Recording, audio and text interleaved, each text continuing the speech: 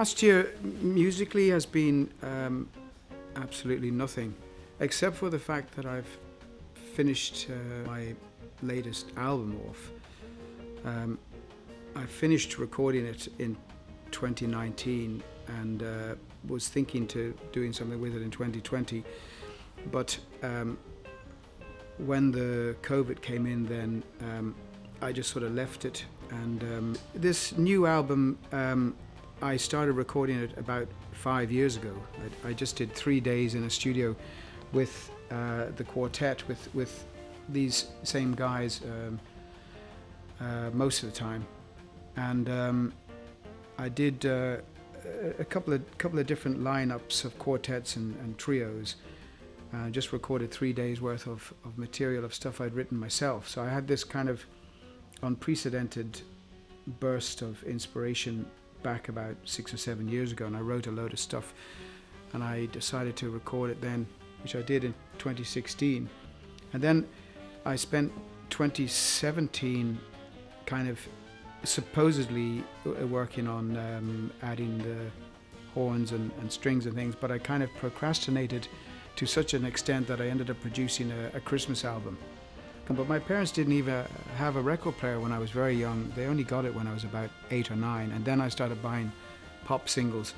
But I was on a scout camp when I was 11, and a guy was playing something on the guitar, Smoke on the Water, and he showed me how to do it, just on the top string, like just a single line, and it just seemed really easy to me. It's always seemed really simple to me that to get a sound on a guitar, you just sort of push the thing down there, and if you want it up a semitone, you move it up one, and so on. It's just absolutely dead simple. I got some lessons from a lady who lived down the road, you know, for maybe 5 or 6 weeks of how to play G, E minor, A minor, D7, and you can nearly do every single tune in the world with those.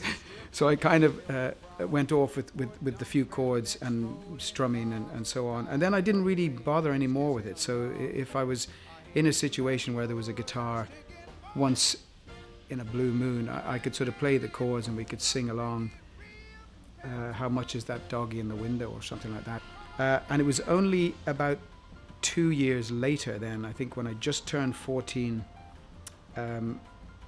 I was moved to a different secondary school, and I met a guy the first day or second day or something, and he said to me, can you play the guitar? And I said, well, a bit. And at that point I still had my G and E minor and so on, but I had met a couple of guys and had learned a couple of riffs like Day Tripper and Rebel, the David Bowie riff, and a thing off Dark Side of the Moon. And when this guy asked me could I play the guitar, he's still my best mate, this guy, funnily enough. We were just turned 14 then. I noticed that in the bundle of school books he was carrying, we were just on our way into a class, I could see he had the chord book for Dark Side of the Moon in his hands. I don't know why he was bringing it into French, but he had it there. And I had to meet him later down in the music room. So I went down with this other guy, and they said, what can you play? And I had this riff off Dark Side of the Moon, and he said, I'm starting a band, I'm just wondering, you know. So I played the riff from Dark Side of the Moon, knowing that he had the book, and he went, right, you're the lead guitarist. So that's how I started in the band. And his best mate at the time was playing bass in another band that had just been formed. If this was the second day of term, they'd formed the first day of term. And he was at this little audition as well, and he said, I'm quitting the other band and joining this band. So suddenly we had a band, and we got a guy who was in the year above who had a drum kit, and we had a 4-piece, 2 guitars, bass and drums, and we kind of played a bit of rock, you know, rock and roll, Deep Purple, Jethro Tull, a bit of punky stuff, Stranglers, things like that. The punk was only just beginning at this point. We weren't really into punk, but it was easy to play as a band, you know, simple chords and lines. And we just got a few rock numbers together and played as the kind of school band. And after I'd been doing that for a year or so, some old friends of mine from the previous school had formed a band unbeknownst to me, and they got in touch with me one day and wanted to borrow my guitar. So I went down and played with them, and suddenly I got in with them, and they were much more accomplished, and they were playing kind of progressive rock with funny time signatures and long, epic, bombastic sort of symphonies of rock music, and I got into this with them, and that kind of made me learn a lot of music then, whereas up to then we were just playing rock music by ear. But around about this time then, in about fourth form, I probably picked up on blues stuff then, because if you're playing sort of lead guitar, there's always like a few older guys when you're 14 or 15. There's a few older guys who'll always say, "Have you heard this fella, you know, Eric Clapton or Rory Gallagher or whatever?" And so I started hearing these guys then, and then through them it was a very quick step to discover B.B. King and Albert King and Buddy Guy and Otis Rush and stuff like that. So I just got into the blues stuff then, and by about fifth or sixth form in school, I had a proper blues band going then in the school with the music teacher was playing organ, and I had a bassist and a drummer from outside of school, so it was a much more kind of serious band by about sixth form. So I played on with the guys after we left school with the progressive rock band. That was Xanax Overture. Those guys all went into Trinity, and we played a few gigs in Trinity and stuff like that, and that would have been 81, so that's 40 years ago. And soon after that then I formed the blues band and decided to go that way, and began to meet people in the scene in Dublin. And we started playing in a place called Tommy Dunn's, which had been the Parliament Inn in Parliament Street. And within a few weeks of starting, the place was packed. There was hundreds of people in the place. You couldn't move. It was fantastic. We did that for about a year or 18 months, and then they closed down. And I needed to find a venue fairly quickly. And the guy who was printing my posters told me about this place on Ainger Street where they had a room upstairs. It wasn't a gig venue. It used to be the Thomas Moore House, it was called. JJ had just taken it over a couple of years beforehand. And he might have run the odd gig here and there, but he was mainly running 21st parties and darts competitions and things like this. And I went into him and said, "This fella told me about your room."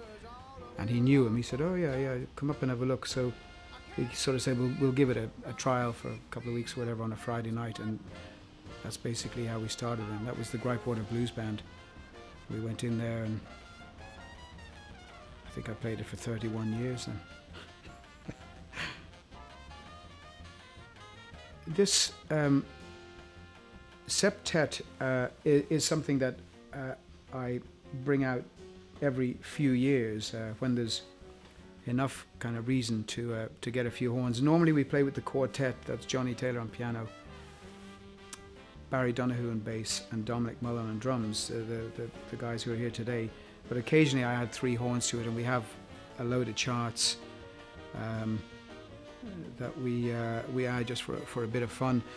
Brendan Doyle I've known since the 1980s on tenor, and Mike Barclay on trumpet I've known a long time as well, and this is Paul. I've only met him today, Paul O'Reilly. And yeah, it's just quartet with a few horns added, like the kind of B.B. King, Ray Charles kind of setup, but playing stuff that might have been sort of borrowed from big band arrangements. Good evening, the people down the back there, and anybody else who might be watching. We're going to start this evening's concert with a tune by the great saxophonist Joe Henderson. This is called The Kicker. 1, 2, 1, 2, 3.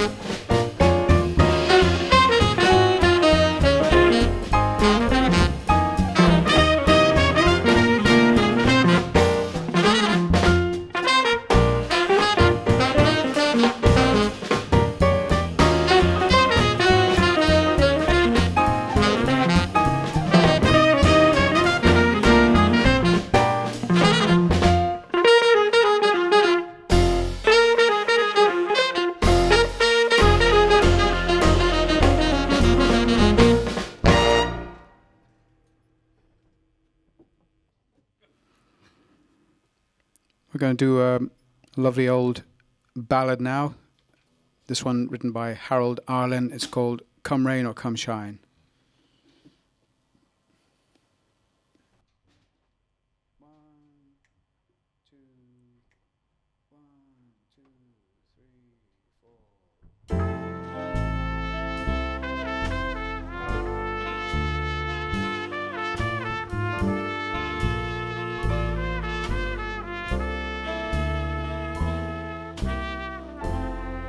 I'm gonna love you like nobody's loved you, come rain or come shine. High as a mountain and deep as a river, come rain or come shine.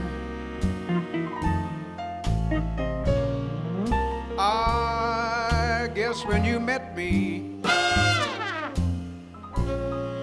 it was just one of those things. But don't ever bet me, 'cause I'm gonna be true if you let me. You're gonna love me like nobody's loved me, come rain or come shine.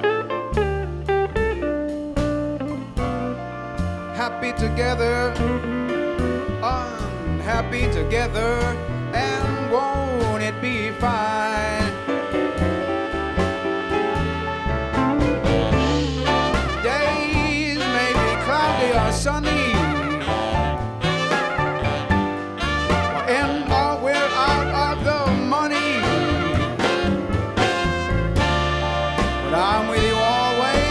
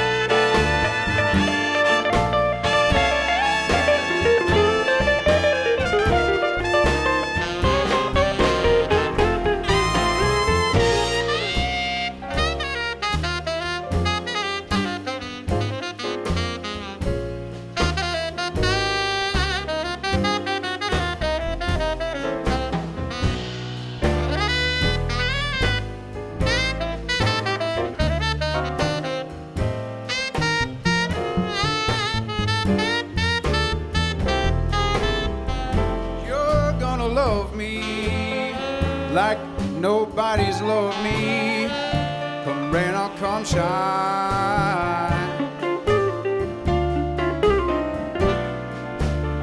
Happy together, unhappy together, and won't it be fine? Days may be cloudy or sunny,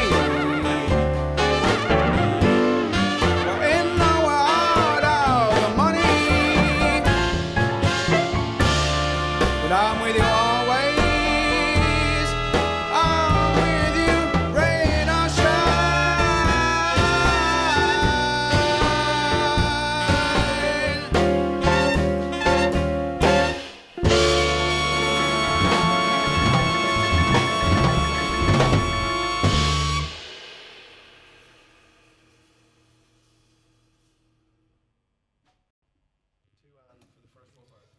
This next tune we're going to play is written by the great saxophonist Benny Golson, who was a part of the Art Blakey's Jazz Messengers and MD for that band for a while. And this is a tune they used to do a lot by Benny. It's called Whisper Not.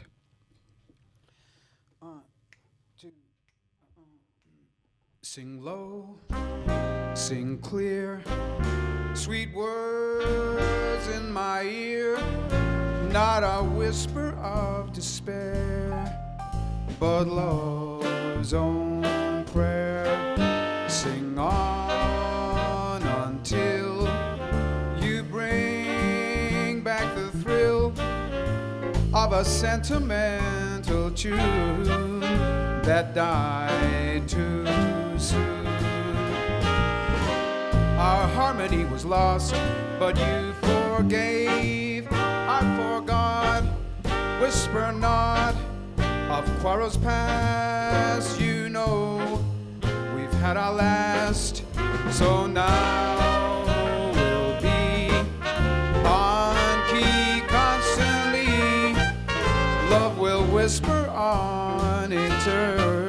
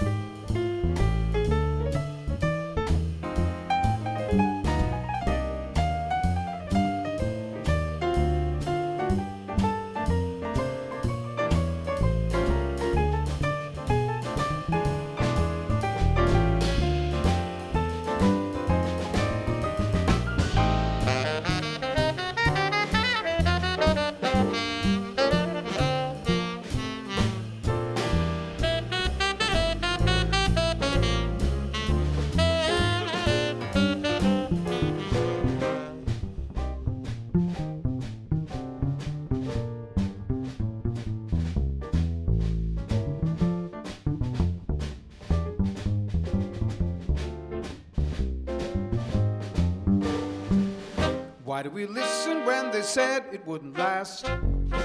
Gossiping voices made us break up, but you know we still can make up if we forget them all and answer Cupid's call. It's the truth. Whispers of trouble are an echo of the past. All it'll take to lose my gloom is just a whisper, not of rumors, but of your love for me. That's how it's gotta be. Our harmony was lost, but you forgave. I forgot. Whisper not of quarrels past. You know we've had our last, so now we'll be on key constantly. Love will whisper on eternally.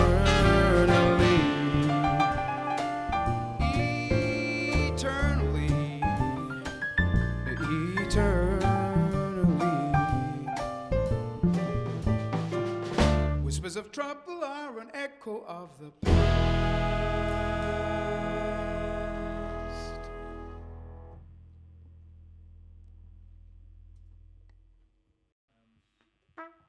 This is a tune written a long time ago by Willard Robson, made famous by Mildred Bailey and Charlie Parker, Wes Montgomery. There's a lot of different versions of it. This is a version of it. It's called Old Folks.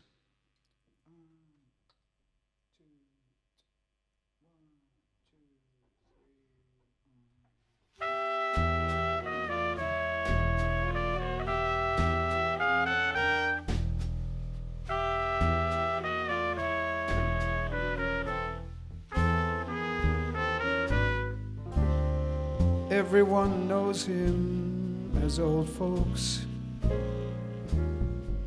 Like the seasons, he'll come and he'll go, just as free as a bird and as good as his word. That's why everybody loves him so. Always leaving his spoon in his coffee, puts his napkin up under his chin, and that yellow cob pipe, it's so mellow, it's ripe, but you needn't be ashamed of him.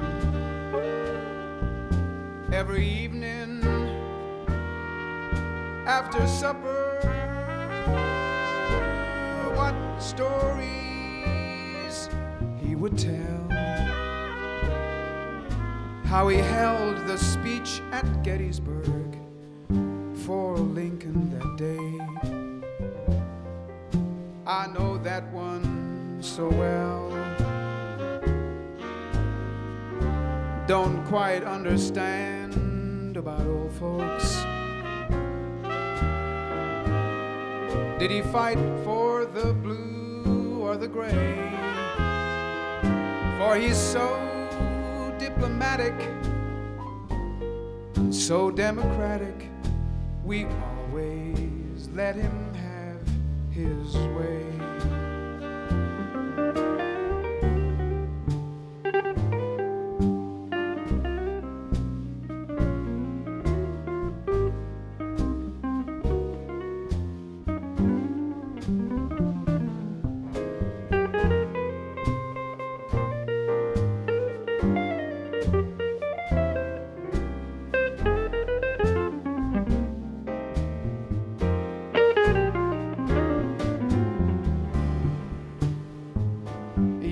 The late train at the station,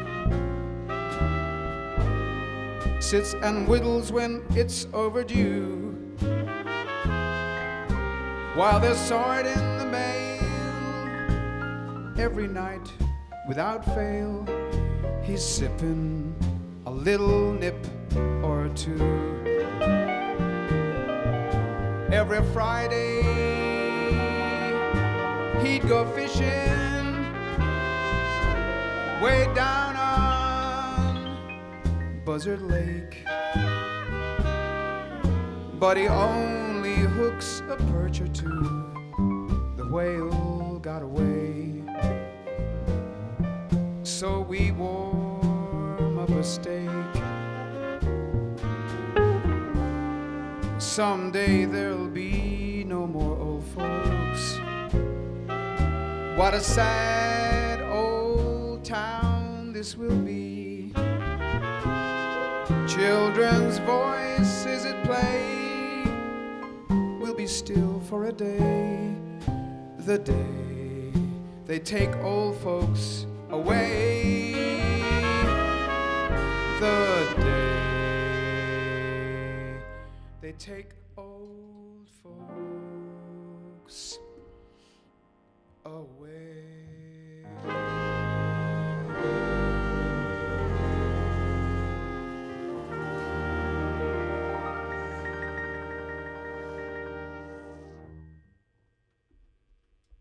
We're going to do another tune now by another saxophonist from Art Blakey's Jazz Messengers.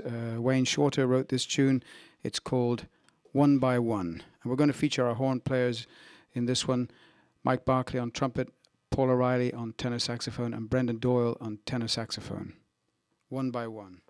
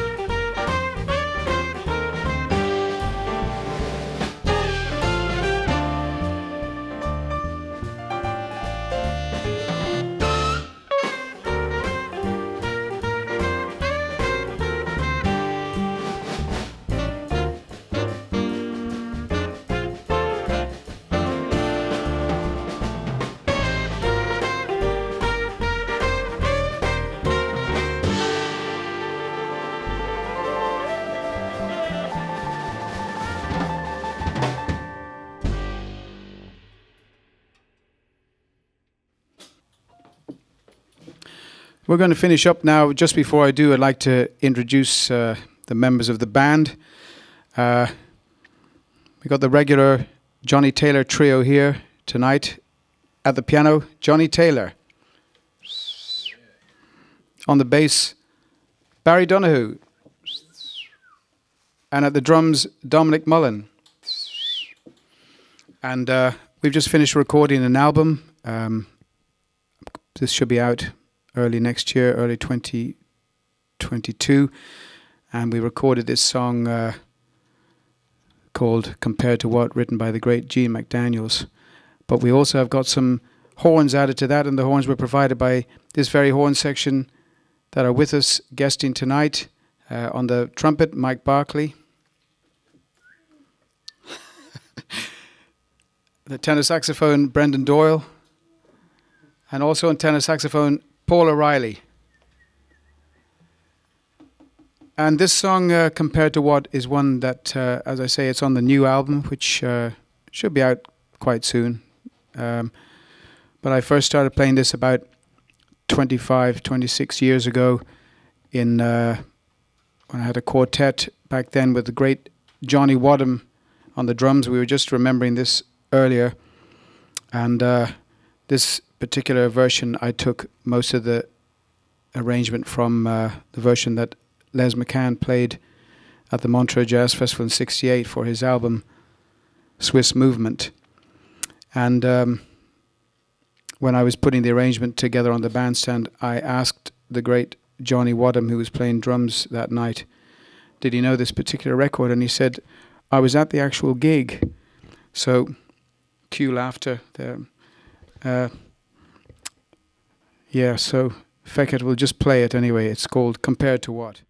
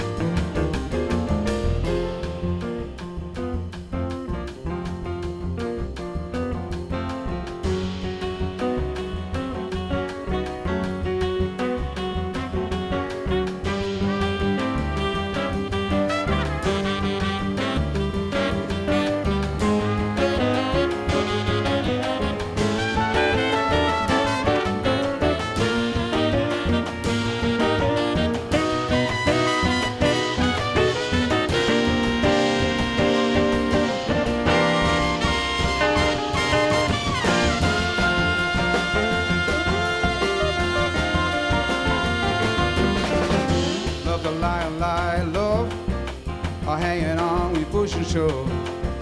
Possession is a motivation that is hanging up the goddamn nation. Looks like we always end up in a rut. Everybody now trying to make it real compared to what? Come on, baby.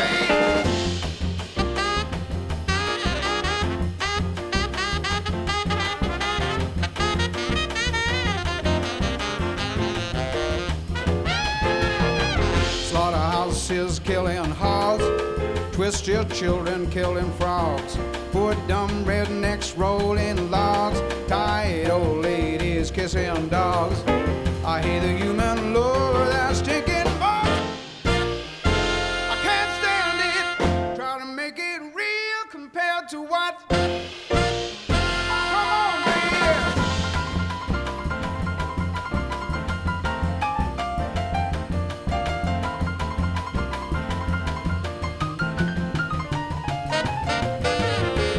church on Sunday, sleeping not, trying to duck the wrath of God. Preachers filling us with fright. They're all trying to teach us what they think is right. They really got to be some kind of nut. I can't stand it. Try to make it real compared to what? Come on, baby.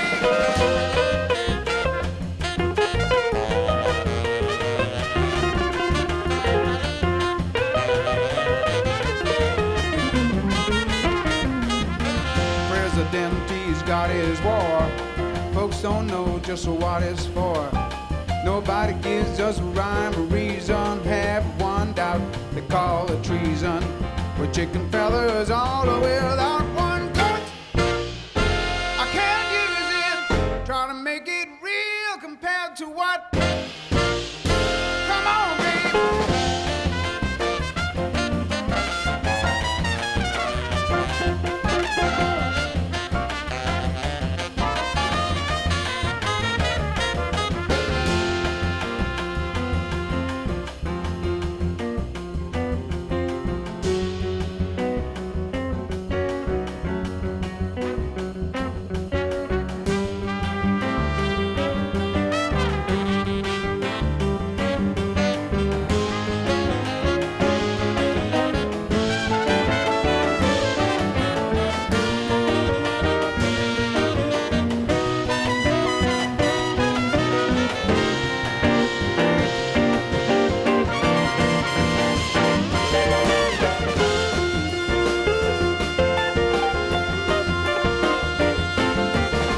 Where's that bee and where's that honey? Where's my God and where's my money? Unreal values, crass distortion. All kinds of women need abortion. It kind of brings to mind